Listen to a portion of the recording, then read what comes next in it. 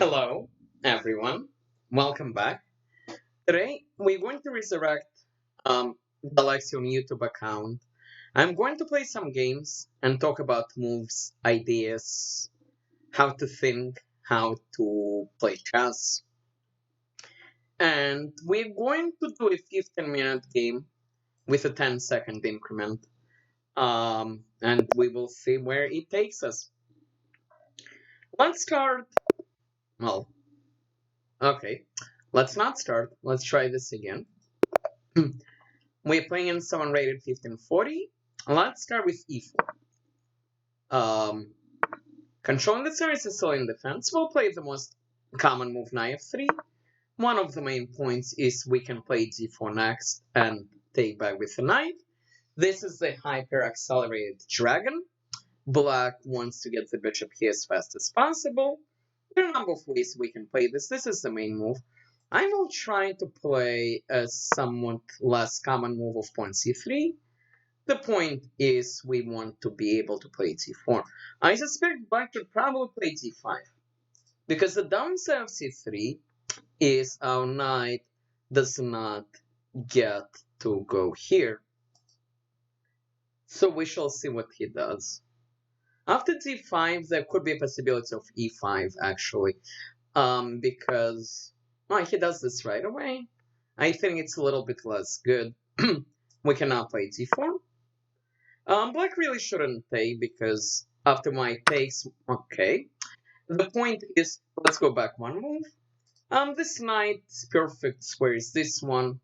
There is a pawn here right now, so by taking, he makes our life easier. We now, okay, he is playing quite reasonably. So we have a choice. We can push and keep the position closed. We can take and then gain some time with knight c3, but then we do have an isolated pawn. So this is a big dilemma. We can also do nothing and play knight here, but that seems to be less good.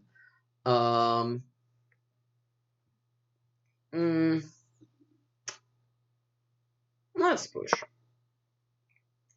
So the plan for black now is to put pressure on this pawn, something like knight here, maybe knight here, queen here, and see what he can try to do. We have more space right now, so we will just develop and try to come up with something reasonable.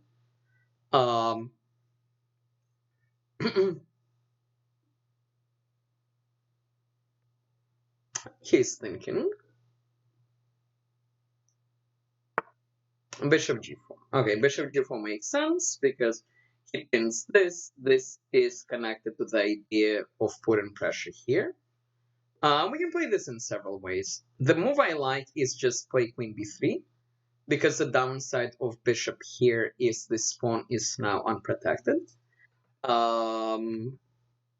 So let's throw this in and see what he does.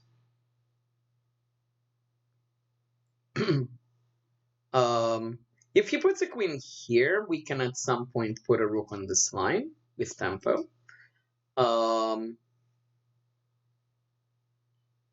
If he takes, I might just take back with the queen, and then the argument. Okay, so he plays that move. Okay, so first of all, this does not work because knight here. But what if we just put more pressure on this pawn? Let's pretend knight c3. And we double attack. So he'll play pawn e6. Which is, okay, that's interesting. So what's his logic? So at some point after he takes, he can take here. That's his logic. Okay, so let's calculate. So let's pretend we take with the queen. Let's pretend he takes back. We take with the knight. We are threatening to fork. He will play rook here. Maybe. Yeah, maybe it's reasonable.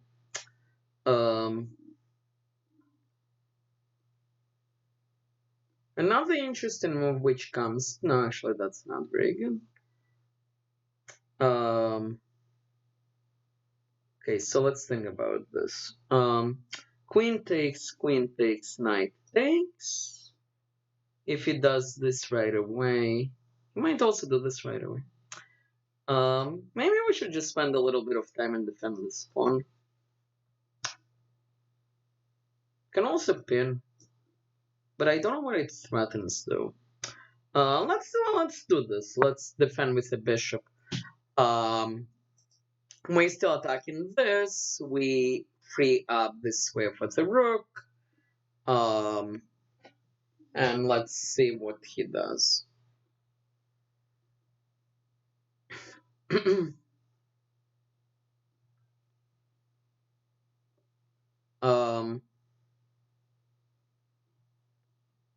I think this is a fairly credible threat right now. He probably needs to play 26.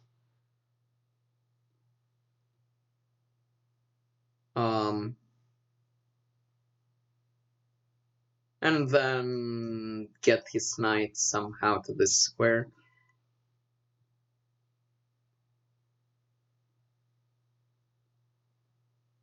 Maybe, well, the downside of this is our knight does get here if he lets us. Okay, so we have to take back. And now he plays e6. So I'm not sure why he needed to throw this in. Okay. Can we get our knight to this square in a reasonable way? So if we play knight b5, he'll play bishop f8, which we're quite happy with. So let's do that.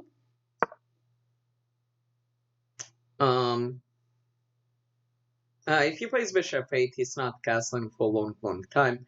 The downside of this, of course, it gives up control over this square. I need to visit the restroom. I will be back.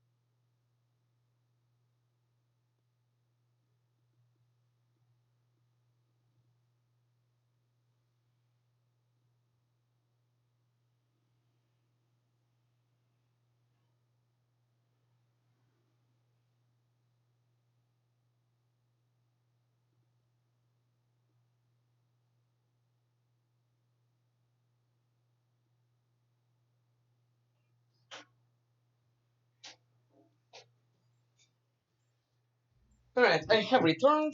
He moved the bishop to cover the square, which makes sense. So his plan is to kick our knight, and then he'll play chess again. So the question is there something reasonable we can try to do in the meantime? The answer is probably not. Is there a point to... Well, maybe there is a point of playing bishop f4. 1 second. Probably not, though, because that pawn will not survive there. So let's say we play bishop f4. And, okay, knight e6, he takes, we take. Yeah, that does not seem to help us very much. Oh, but maybe we can do this right away, because in the end of this line, so he takes, we take, he takes, we can do this. But then he will play rook b8.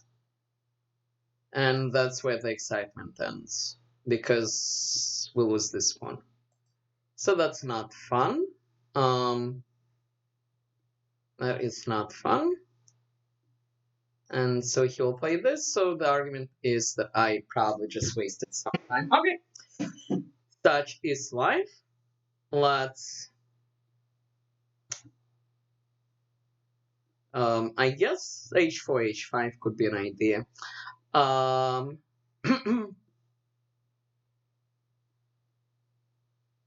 yeah, knight b5 was just wishful thinking. Okay, let's go h4. He will kick us. We'll go back, and ideally we want to play h5 to open up this rook. He can stop us with this move, but then there are some dark square weaknesses which we can potentially try to target. A6 is kind of necessary. There is no need to allow this knight to live on this square.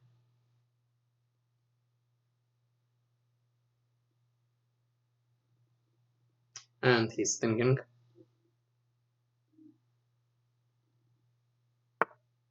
He plays h5 first, sure, that makes perfect sense. So, alright, so we just develop bishop here, rook here, and hope for the best. Okay, let's do that. Yeah, bishop. Development is certainly better. The problem is the position is kind of closed. So it's hard to accomplish anything.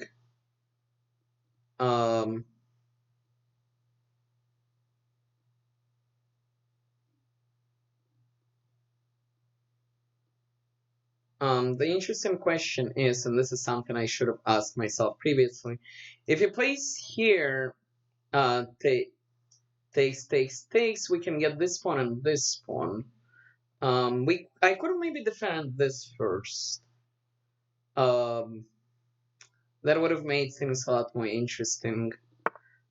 Okay, he keeps. Okay, so he develops, but now this is interesting. So he wants to put a knight here, which is perfectly reasonable. I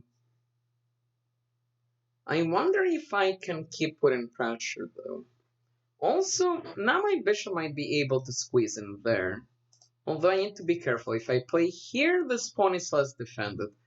So after he kicks, I need to pay attention here. And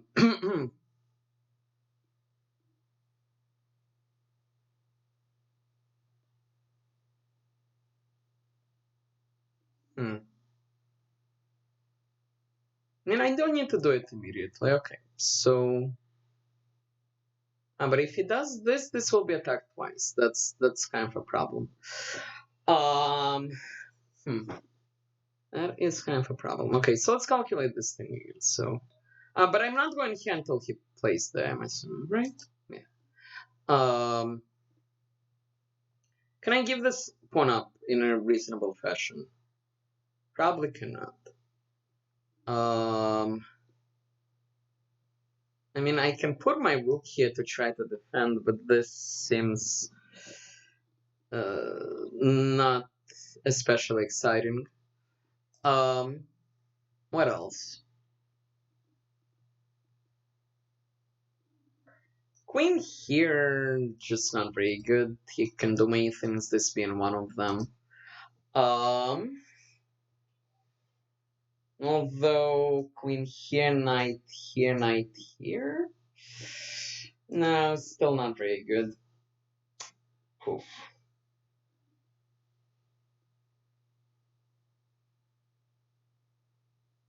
So yeah, there is this pawn. There is this pawn. So let's think.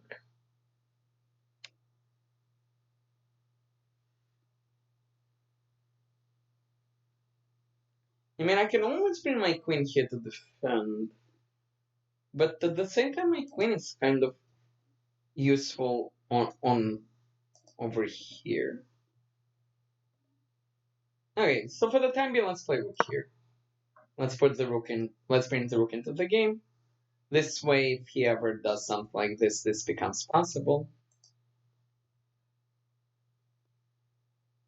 And we're just improving for now.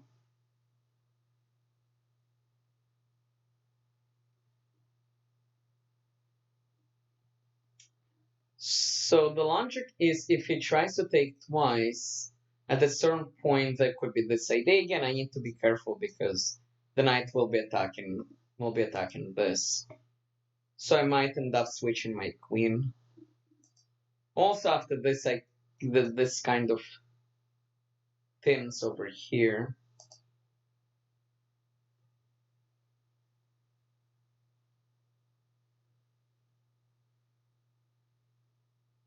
I can always take if he plays here, but I kind of like my bishop staying alive.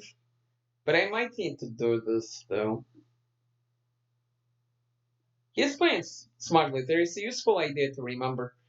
Um, if you trade the light square bishop, which he did, put all your pawns on the light squares. um, this is kind of why it's good bishop, because this guy is being blocked by the pawns. So this is the guy we would like to trade, but someone needs to defend this pawn, which makes things complicated.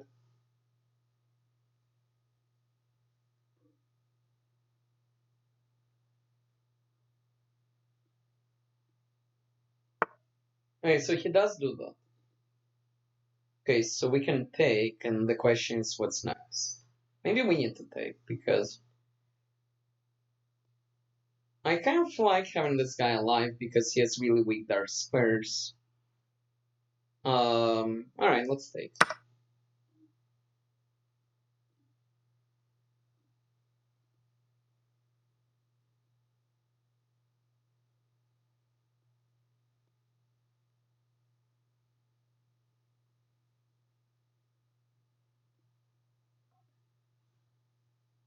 And then maybe we'll attempt to bring this bishop over here somehow.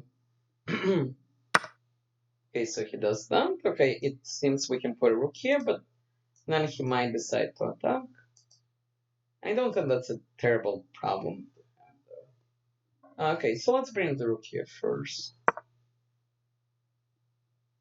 The king is fine here. If he ever checks, we can move sideways. That's not a problem. If he does that, we can challenge with the bishop, because if he takes, there is knight here again. So he's kind of stuck there a little bit.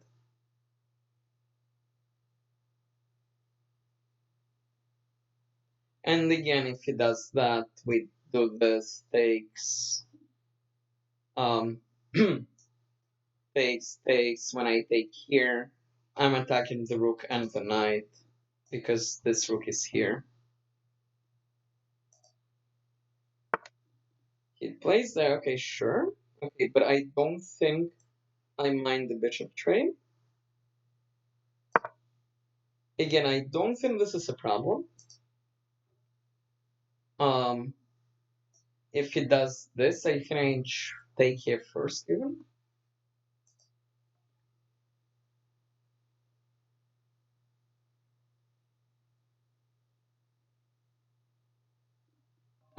He can try to pin me, but I don't think this is especially worrying. My king probably wants to go here anyway, and he will defend the rook.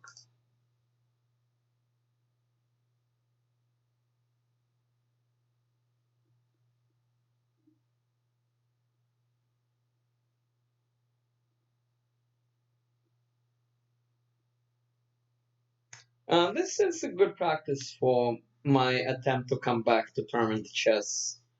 The St. Louis Chess Club will start doing regular tournaments in about a week and a half. At some point, I need to remember how those work. So this is good practice for me also, because I've been playing exclusively with 10-minute time control, with some occasional promising, occasionally suspicious results.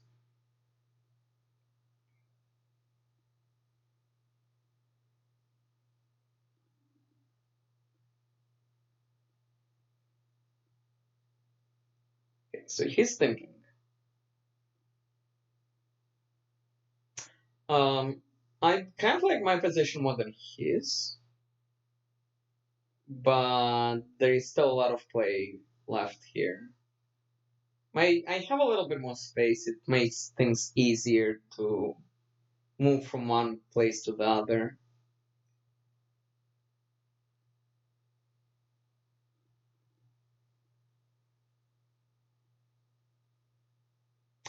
And he's still thinking.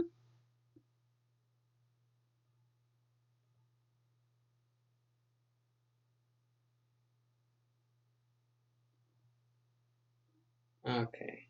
Um,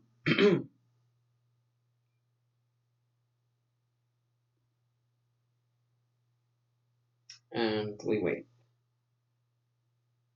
Okay, while we wait, no, I'm just going to talk about this after the game. There are a couple of interesting ideas which I would like to mention.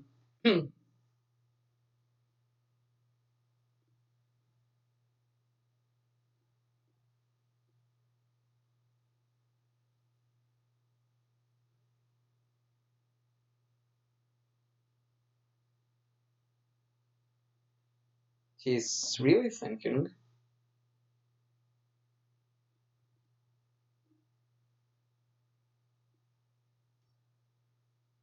So, if you never played in turns with long time control or haven't done it for a while, 1510 is a reasonably decent practice for that.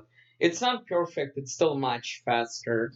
Because in real games, sometimes you would like to take maybe 5 or 10 minutes in one move, sometimes even more.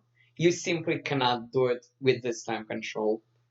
Um, but it's a lot better than playing 3-minute games.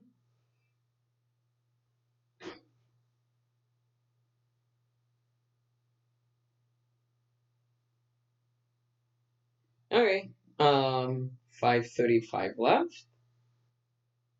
He has not moved in a couple of minutes.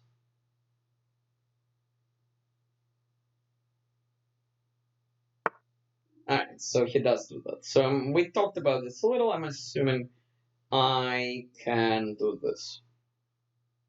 And I will do this. Because now I'm not pinned anymore, so one of the ideas is I can take and bring my knight to this fairly reasonable square. Although, if I take, he takes with the king. I might throw this check in first because I don't think I want his rooks to be connected. So, if he takes with the queen, of course I'll do. Okay, so now this is the thinking part. So if I take here, he takes here, and then I have the dark squares, and I have some very weak pawns, but then he has this. One moment. Moving the 9 right away is just not very good. So I think I need to do this first. Okay, so let's start with this.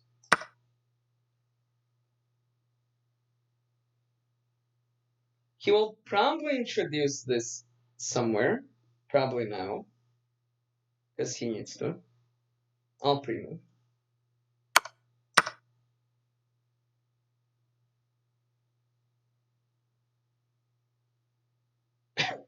And now he has a decision to make.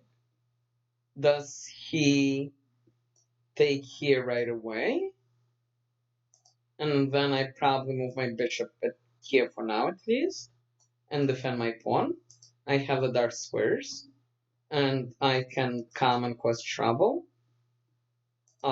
Or option B, he takes my bishop, but then my knight gets to have all kinds of fun. So I think positionally this is winning for white. It should be. Okay, so he takes with the king. So my thought process was queen here first and then knight here. Because knight here right away doesn't seem to make too much sense. So let's do queen here first. Let's make sure I'm not missing anything. Yeah, because I don't want this rook coming across. So let's make it not happen. And the king will move. He has to move. And then the knight gets to hang out on this square. Okay, so he does that. I'm assuming I have to do this. I can also check. Checking is better, actually. Because check, he blocks, we trade and win. So, yeah, this should win. Check. I think he missed this. Yeah, now we just take and fork. And now he resigns. Doesn't resign? I'm not going to get trapped. I'm coming back out. There we go. Okay, so this was an instructive positional game. Computer says I made one mistake. We'll look at it with the computer afterwards, but first, I just want to review a few quick points. So e4, c5, knight f3, g6. c3, the downside of c3 is there is no knight c3. So now if black plays d5, after takes, queen takes, white cannot take that queen. So he allowed d4, and now he took, and I think white is doing okay. He changes the scenario. If I take, I end up with an isolated pawn, and there is already immediate pressure on this pawn, which is why I pushed. He developed his bishop. I put some pressure on his pawn. He defended his pawn. I put more pressure here. And here probably I should have calculated a little bit longer, because I just play a safe move, but I think I need to calculate this to see if it actually works or not. I just played a solid move, defend the pawn. He took, which is interesting because he gets rid of my knight, which helped to control the center and ruins my pawns. But at the same time, this bishop might be potentially useful. He puts all his pawns on the light squares, which means my bishop is now not useful. Okay, so I poked here. He stopped me. I play h4 to try to play h5. He stopped that. I developed my bishop. He developed his knight with the idea of coming here. I brought my rook into the game. He brought his knight. I took that knight because that knight was too strong. And now we take the open line. And obviously he's attacking my pawn, but I need to get rid of his bishop because of the weak dark squares. If I get rid of the defender of the dark squares, life is very good. Just why I did this. And then I need to defend because, not like that, because I want to be able to move the bishop. And he kicked me, takes, and then this is an important move, and now he's very, very losing, especially after this. Now let's see what the computer has to say.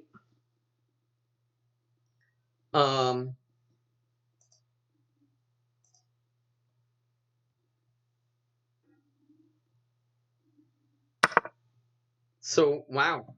Apparently I played really well. 99% accuracy. Okay, let's see what happened. 4c5. Okay, this is all book. Apparently this is the best move. Queen d7. I want to support this with a knight. The downside of this move, though, is this bishop is stuck for the time being. Knight c6 makes sense. Okay, bishop e3 supporting the pawn. He took, apparently taking was best. I took back. He played e6. Knight here was best. Bishop f8 stopping me was best. And wants to develop the bishop right away. Okay, I played h4 first. Okay, now it gets the move it wanted. It developed the knight. Okay, I developed my rook. And it likes my trade. Okay, so takes. Rook there makes sense. And then in one skin f1 immediately. Okay, well, I played here first. He pinned. And now it wants king e2. That's interesting because it believes the king is absolutely safe in the middle and the rooks defend one another across. Okay, interesting. I thought my rook could be useful over here. I considered that, but I thought this made a little bit more sense. Okay, so I did this. He kicked my knight, and I took. He took. I took. He. And yeah, this is a mistake because now I have this check, and now he makes it worse, and now I win. Okay, I am proud of this game. 99% is quite good. I will continue this run in the upcoming videos.